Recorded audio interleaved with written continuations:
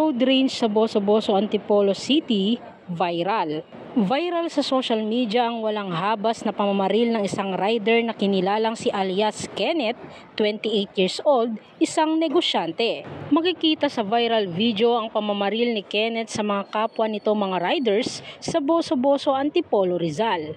Ang mismong lugar ng pangyayari ay sa Marcos Highway sa harap ng isang coffee shop sa Sitio Kalumpang, Barangay San Jose, Antipolo. Ang isang biktimang rider ay tinamaan sa mismong ulo nito at ang pangalawang biktima naman tinamaan sa kaliwang braso nito. Ang pangatlong biktima ay mismong may bahay ni Kenneth na tinamaan ng bala habang nag-aawat ito sa sitwasyon. Ayon sa mga saksi, nagkainitan ang mga ito at naggitgitan sa kalsada hanggang sa nagsapakan at kumuha na ng baril si Kenneth sa kanyang kotse. Dito na walang habas na binaril ni Kenneth ang isang rider na makitang pumapalag pa rin. Matapos magpaulan ng bala si Kenneth ay tila humandusay na rin ang kanyang asawa dahil isa ito sa mga natamaan. Agad niya itong binuhat papasok ng kotse upang dalhin sa malapit na ospital.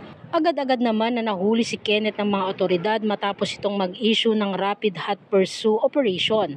Kahit sinubukan pa nitong tumakas gamit ang kanyang itim na Toyota Fortuner ay agad siyang nakalaboso. Dinala sa ospital ang mga sugatan kasama ang kanyang may bahay. Ngunit sa kasamaang palad may isang biktima ang binawian ng buhay.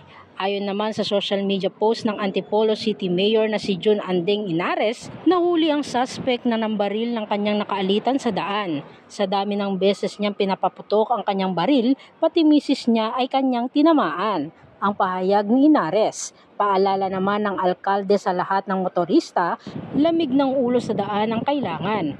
Nahuli ang suspect na nambaril ng kanyang nakaalitan sa daan. Sa dami ng beses niyang pinaputok ang kanyang baril, pati misis niya ay kanyang tinamaan.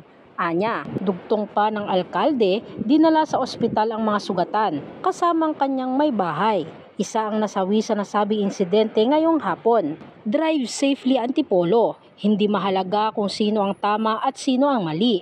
Keep your cool all the time. It's not worth it. Ipaubaya po sa Diyos ang lahat. Anya pa. Narito naman ang samot-saring komento mula sa mga netizens. Pinagtulungan pala, kaya umabot sa ganun. Desperate move na. Parehas matapang. Yung isang kamote rider matapang kasi may kasamang isang kamote na nambubugbog. Yung isang nakaputi matapang kasi may baril. Pinagtulungan yan. Kaya ganyan nagawa niya. Matagal pa yan bumunot ng baril. If na-watch nyo pinakaunang video, pinagtulungan siya ng dalawang rider. Hanggang dumami na. Ayun, naglabas na siya ng baril. Pwede na sana sa self-defense yun, kaso may nadamay na iba.